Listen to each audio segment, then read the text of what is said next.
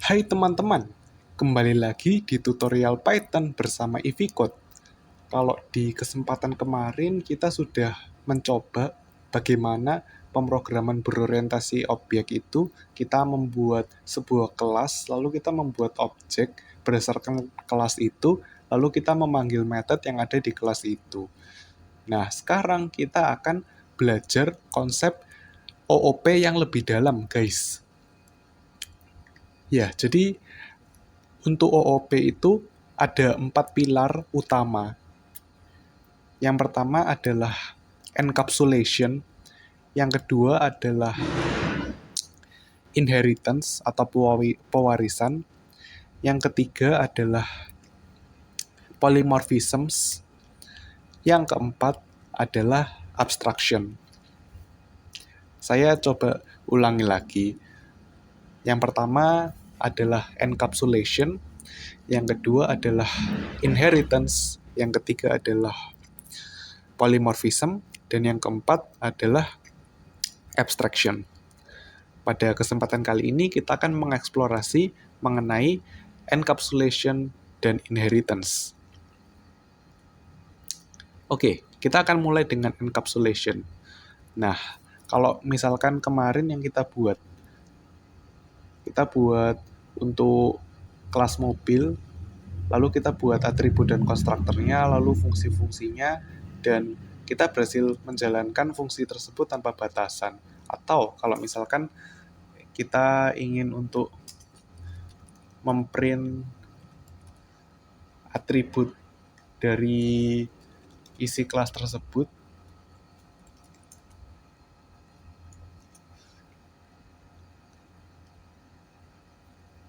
maka dia akan berhasil berjalan tanpa batasan. Nah, mari kita berkenalan dengan sebuah konsep. Nah, yang kita gunakan itu atribut atau method public, makanya dia bisa diakses. Nah, bisa juga kita buat mereka tidak bisa diakses di luar kelas. Perlu diaksesnya di dalam kelas saja. Namanya adalah atribut atau method protected dan private. Ya, jadi dalam pemrograman berorientasi objek, sebuah atribut atau method dapat bersifat public, protected, maupun private. Kalau public artinya atribut atau method dapat diakses oleh kelas yang memilikinya dan kelas lain tanpa batasan. Ini bukan dari, ini dan, maaf. Nah, untuk public seperti biasanya, kita buat seperti biasa, seperti yang sudah kita lakukan kemarin. Kemudian ada jenis protected. Protected ini atribut atau method hanya dapat diakses oleh kelas yang memilikinya dan subkelasnya.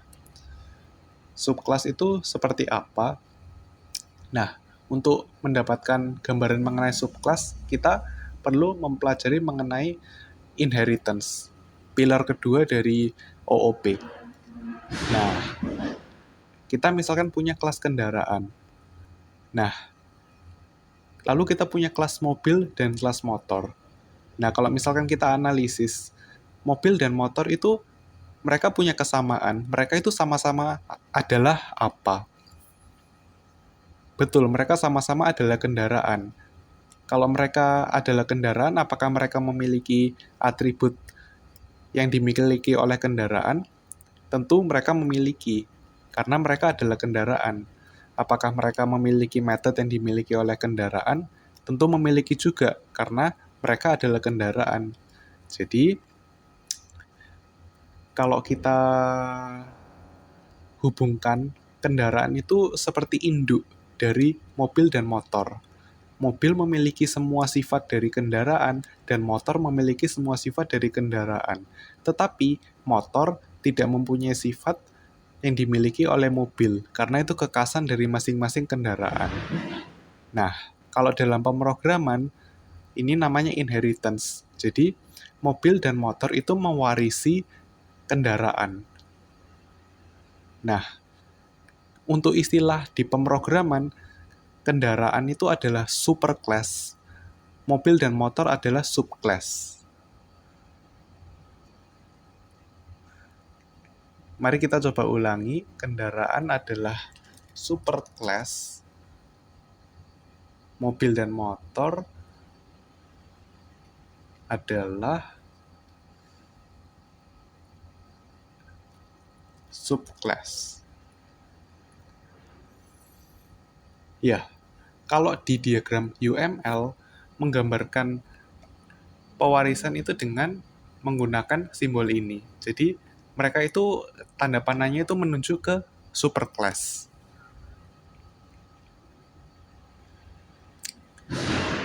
Dan kalau untuk yang ini simbol association aja. Jadi ini bukan pewarisan. Ini menyatakan kalau kelas kendaraan ini berrelasi dengan kelas pelanggan, tapi pelanggan itu bukan kendaraan.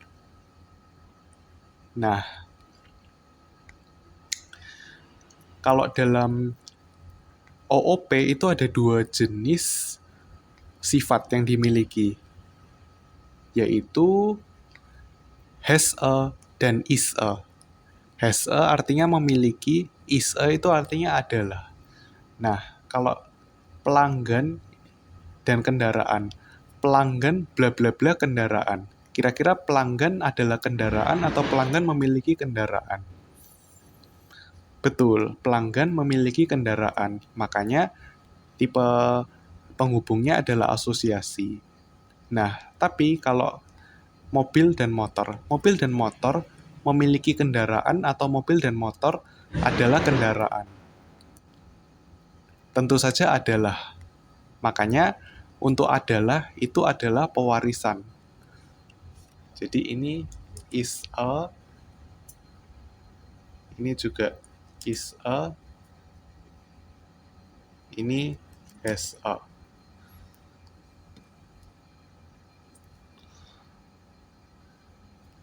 Oke. Nah, itu adalah inheritance. Nah, kalau encapsulation sendiri kita lanjut lagi. Untuk protected itu atribut atau method hanya dapat diakses oleh kelas yang memilikinya dan subkelasnya. Artinya, kelas yang lain yang bukan subkelas dari kelas itu tidak bisa mengakses. Nah, bagaimana cara membuat sebuah atribut atau method itu protected? Nah, sederhana saja, kita bisa menambahkan underscore sebelum atribut atau methodnya. Misalkan di sini kita punya constructor, lalu kita punya variabel atribut namanya protected attribute. Nah, depannya langsung saja kita kasih underscore. Yang method juga, kalau kita punya namanya protected method, methodnya, lalu di depannya kita kasih underscore. Nah, kalau misalkan kita buat sebuah objek berdasarkan kelas itu dan kita coba untuk mengakses atribut dari kelas itu sebenarnya bisa, tapi tidak disarankan karena esensi dari protected itu memang supaya hanya bisa diakses oleh kelas dan subkelas saja. Begitu juga dengan method yang ini, itu meskipun protected tapi dia tetap bisa diakses tapi tidak disarankan. Nah, kalau yang private ini paling strict. Atribut atau method hanya dapat diakses oleh kelas yang memilikinya saja. Jadi hanya bisa diakses di dalam kelas aja. Nggak bisa di luar kelas, bahkan nggak bisa di subclass. Nah, ditandainya tuh dengan double underscore. Kalau tadi itu underscore-nya cuma 1, tapi kalau yang private itu underscore-nya ada 2. Nah, untuk yang atribut, double underscore lalu nama atributnya, kemudian kalau methodnya itu double underscore private method. Nah, kalau misalkan kita buat objek dari kelas tersebut, lalu kita akses atribut dan methodnya akan menghasilkan error karena private, tidak bisa diakses di luar kelas. Nah, tapi kenapa sih kok kita perlu pakai sifat protected atau private? Kenapa nggak semua public aja? Nah, dalam dunia pemrograman, menggunakan sifat protected atau private adalah praktik yang sangat baik, karena di dalam implementasi sistem nyata, dengan membatasi akses kepada atribut atau method, kita dapat menghindari modifikasi yang tidak diinginkan di luar kelas. Kita juga tidak dapat mengakses atribut dan metode di luar kelas yang membuat keamanan data di dalamnya terjaga. Nah, sekarang kalau misalkan kita buat, katakanlah, atribut private, bagaimana cara kita mengakses mereka?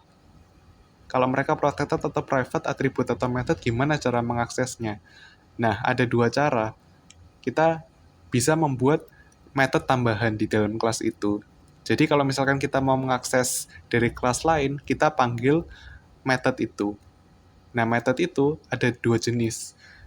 Kita itu kalau ingin mengakses method atau atribut itu, esensi kita itu biasanya ada dua.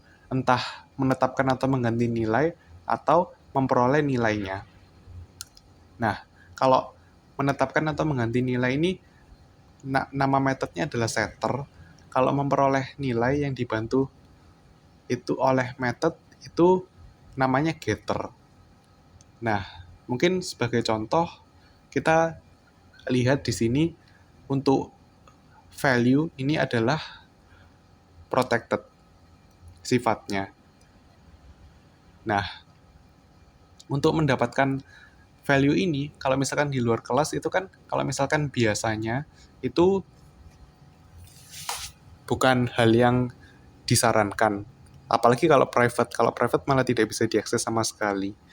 Nah, jadi kita itu buat sebuah getter tuh untuk mendapatkan nilai, itu kita berikan annotation property di sini, lalu kita buat method namanya adalah value, lalu dia return self value, dia langsung mengembalikan nilai dari variabel itu. Nah, kalau menetapkan nilai, kita sama juga, kita value juga, kita berikan sebuah parameter new value. Nah, terus kita buat kondisi, kalau new value-nya itu negatif, kita memberikan peringatan bahwa value tidak dapat negatif, tapi selebihnya kita, kalau misalkan nggak negatif, kita berikan new value itu ke value sebagai variabel itu.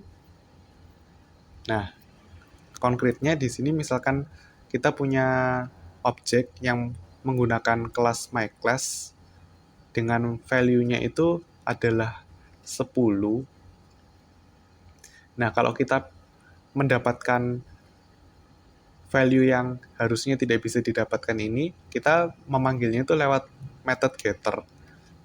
Jadi getternya itu value, nama methodnya. Jadi kita print object value. Nah, biasanya kalau method itu kan kita manggilnya, cara manggil method itu kan biasanya kalau misalkan method biasa itu kita value lalu tanda kurung. Nah, tapi kalau untuk yang atribut ini, kita tidak perlu untuk menggunakan yang tanda kurung ini. Kita pakai yang dot value aja, karena dia adalah atribut. Begitu juga kalau misalkan kita mau mengganti nilai. Misalkan value yang awalnya 10 ini mau kita ganti jadi 20. Kita bisa pakai yang value setter, kita pakai yang object value sama dengan new value-nya 20. Nah, kalau misalkan kita menggunakan konsep method, kan biasanya kan value, terus habis itu kita perlu panggil parameternya. New value itu 20. Nah, tapi ini kasus khusus. Setter dan getter ini kasus khusus. Jadi kita bisa manggilnya itu langsung object value sama dengan 20. Tanpa menggunakan cara ini.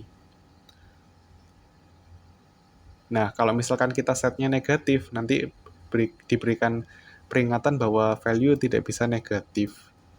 Nah, ini kalau kita mau mendapatkan atau mengganti nilai atribut. Bagaimana dengan method? Nah, kalau method itu kita bisa pakai seperti ini. Ini kita ingin mengakses sebuah method. Nah, ini kan private ya methodnya, private method. Nah, untuk mengaksesnya kita buat method bantuan. Nah, namanya misalkan akses private. Lalu kita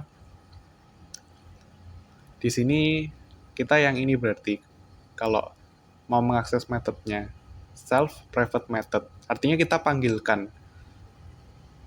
dipanggilkannya lewat method yang public. Jadi method public itu seolah karena punya akses ke method private-nya itu dibantu dipanggilkan gitu. Ya, jadi kalau encapsulation ini memang biasanya disebut sebagai best practice dalam pemrograman. Nah, kita kembali lagi ke inheritance. Nah, inheritance itu pewarisan. Nah, sekarang yuk kita coba implementasi kode pewarisan di Python ini. Sebelumnya kita bisa memfamiliarkan kita dengan diagram UML, simbol-simbolnya. Nah, kalau simbol yang di depan ada plus, ada minus. Kalau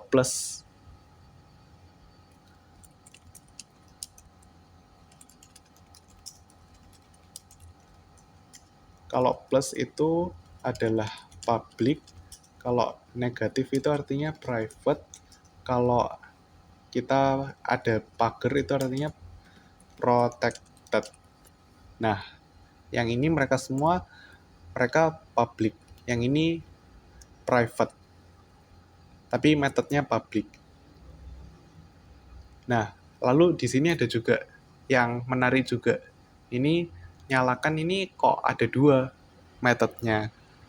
Nah, ini itu namanya adalah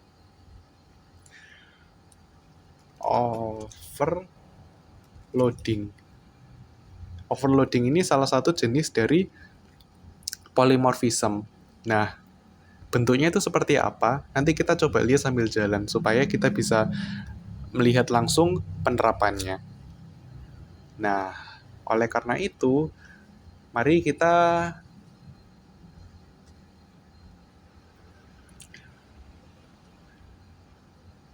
membuat sebuah file baru namanya pewarisan.py. Oke, kita bisa buat class seperti biasa. Class, kita mulai dari yang super class dulu. Class kendaraan. Kemudian atribut-atributnya semuanya adalah public.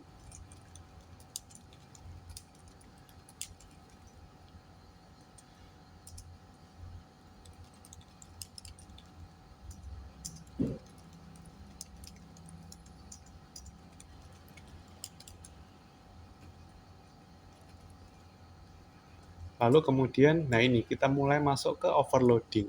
Nah, kita coba bikin satu method dulu. Nyalakan. Oh iya, sebelumnya untuk yang di sebelah kanan, sehabisnya titik 2, baik untuk atribut maupun method, itu adalah tipe data. Nah, kalau merek itu artinya di UML ini digambarkan merek itu tipe datanya string, tahun itu integer, harga itu double. Double itu kalau di Python itu setara dengan float. Meskipun memang ada bedanya sedikit, tapi kita untuk saat ini belum membahas sampai sedetail itu. Nah, kalau yang method itu kalau misalkan kita ingat method itu biasanya misalkan nyalakan lalu biasanya return apa gitu. Nah, return misalkan string itu artinya yang kita return itu string. Misalkan return hello. Itu artinya kita return string. Kalau misalkan return 3 artinya kita return apa? Betul, kita return integer. Nah, kalau void itu artinya kita tidak return apa-apa. Jadi artinya kita tidak menggunakan keyword return sama sekali. Ya, jadi misalkan kita definisikan nyalakan ini, jangan lupa self-nya, lalu kita akan, misalkan kita print kendaraan dinyalakan. Oke, nah sekarang kita akan buat method nyalakan lagi sesuai dengan permintaan UML. Nah, kira-kira menurut teman-teman apakah ini bisa dilakukan? Ya, ini tidak bisa dilakukan karena Python jadinya bingung mau run yang mana, yang ini atau yang ini. Nah, kalau tidak diperbolehkan terus bagaimana yang harus kita lakukan? Nah, itulah konsep overloading. Nah, kalau kita mau dua-duanya ini bisa, nama metodenya atau fungsinya itu sama, kita perlu buat parameternya yang berbeda. Misalkan yang ini itu tanpa parameter, yang ini kita coba buat kasih satu parameter. Misalkan kita kasihkan misalkan time. Terus habis itu kita print kendaraan dinyalakan selama, kemudian time, kemudian detik.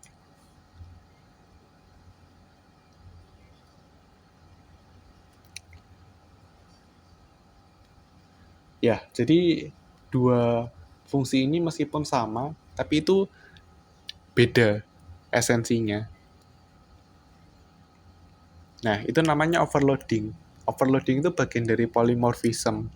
Polymorphism itu artinya kita nama metodenya sama, tapi penggunaannya itu berbeda. Oke, sekarang kita akan lanjut yang ke klakson. Kita buat method klakson. Kemudian kita misalkan print tin, kemudian yang toString. Nah, kalau toString ini itu sebuah template default yang dimana itu tujuannya itu untuk mengembalikan identitas dari kelas tersebut. Nah, kelas kita itu punya merek, tahun, sama harga. Biasanya mereka bertiga itu ditampilkan. Jadi kita bisa menampilkan misalkan return, terus habis itu kendaraan dengan merek, kemudian tambahkan mereknya. Kita pakai self merek karena sedang mengakses variabel internal kelas. Kemudian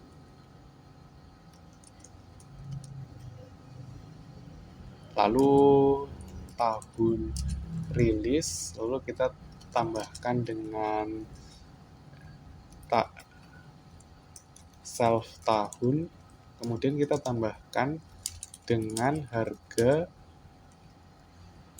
kemudian kita tambahkan self harga, kemudian tambahkan titik.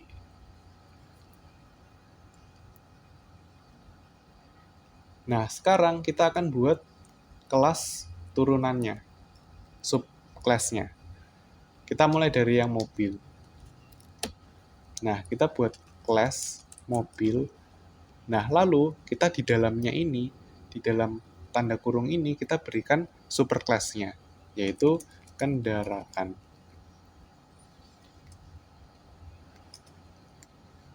Artinya, mobil itu mewarisi kendaraan. Lalu, kita buat konstruktornya. Nah, konstruktornya itu, kita tetap perlu menuliskan ulang konstruktor yang di kendaraan itu sebagai parameter dari konstruktornya. Merek, tahun, harga, lalu ditambahkan dengan atribut unik dari subclass itu, yaitu mobil. Ini ada kapasitas dan ada diameter setir. Nah, tapi yang merek, tahun sama harga itu sudah didefinisikan di kelas kendaraan. Jadi kita tidak perlu mendefinisikan lagi.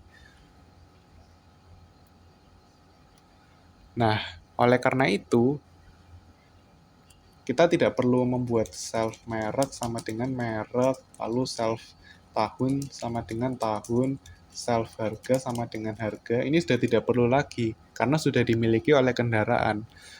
Nah, jadinya kita ambil punya kendaraan aja. Caranya adalah dengan menggunakan keyword super. Super, lalu init, lalu merek, harga, tahun, harga. Nah, kalau super yang ini dan init yang ini itu template, jadi kita dalam penggunaan apapun itu selalu sama. Yang merek, tahun, harga ini kita sesuaikan sama atribut yang ada di kelas kendaraan. Nah, yang kapasitas baru kita definisikan. Begitu juga dengan diameter setil.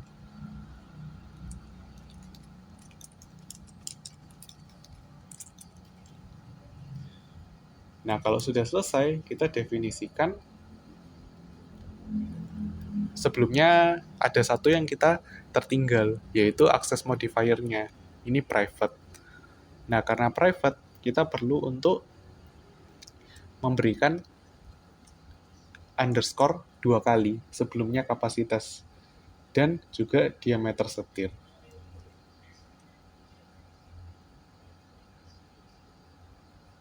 Nah, kemudian kalau sudah, kita buat metodenya, yaitu kunci.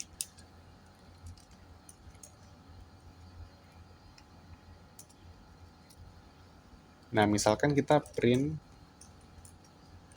mobil dikunci.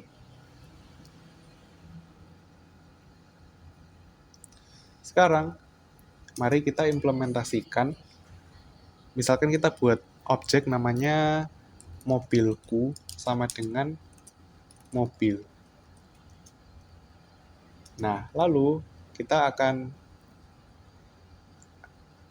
memanggil klakson. Klakson itu fungsi induk. Mobilku klakson. Apakah dia bisa? Kita coba run. Oke, sepertinya di sini ada error. Kita bisa perbaiki dulu. Oh iya, mobil ini perlu kita isikan 5 atribut dari mobil itu. Nah, kita perlu untuk mengamati bahwa mobil ini meskipun di sini kelihatannya 2 atribut, tapi dia itu juga mewarisi kendaraan. Jadi dia juga memiliki atribut yang dimiliki kendaraan. Jadi kalau urutan dari yang mobil ini, yang initnya ini, kita sesuaikan urutannya, merek, tahun, harga, kapasitas, dan diameter setir. Misalkan Avanza, kemudian tahunnya 2014, harganya $4.000, kemudian untuk kapasitasnya misalkan untuk 8 orang, dan diameter setirnya misalkan 80 cm. Kita coba run lagi apakah kita sudah benar kodenya. Ya, ternyata sudah benar. Tintin. Dia bisa mengakses metode yang ada di kendaraan. Karena mobil, kembali lagi esensinya adalah kendaraan. Nah, sekarang mobilku kita mau kunci. Kunci itu fungsi internalnya mobil. Kita coba run.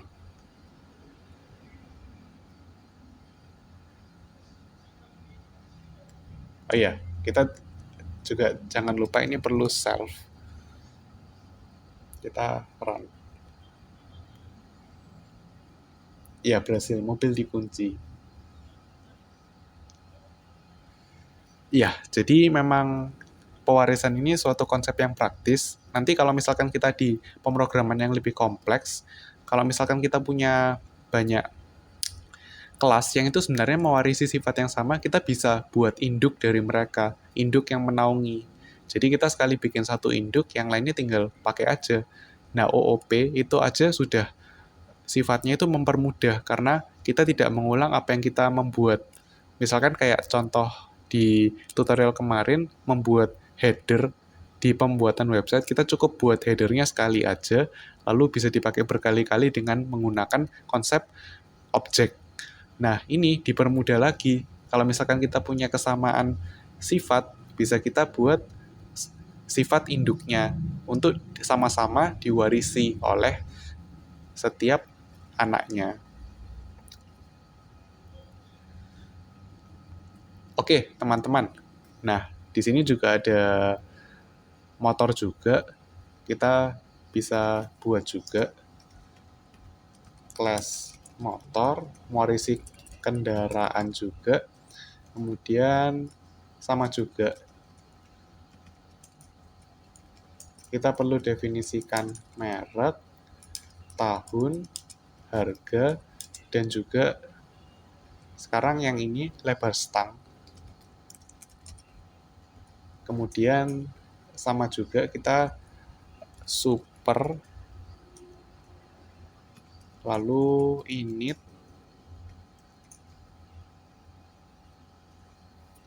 lalu kemudian